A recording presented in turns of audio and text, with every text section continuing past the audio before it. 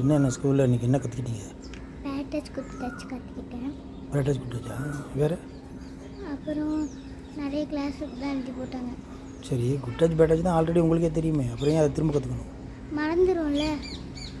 அப்படியா? மறக்கக்கூடாதா? அவ்வளவு முக்கியமா அது? அப்படியா? ஏன்? அது நம்ம பாடிக்கு ரொம்ப முக்கியம். அப்படியா? கெட்ட இடத்துல தொடக்கூடாதுன்னு அது காட்டி கொடுக்கும். ஓ, தொடர்ந்து வச்சு காட்டி கொடுக்கும். யாரை காட்டி கொடுக்கும்?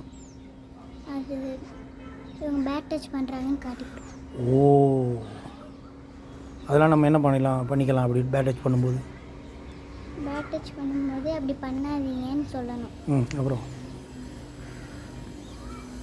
அப்புறம் அவங்க யாருக்கிட்டையாச்சும் சொல்லணும், இவங்க இப்போ என்ன பேட் டச் பண்ணாங்கன்ட்டு. யார்கிட்ட சொல்லணும்? அது மிஸ்ஸு, பேரண்ட்ஸ், அவங்கக்கிட்ட சொல்லணும். Very good, very good. இதான் கற்றுக்கிட்டீங்களா? சூப்பர்.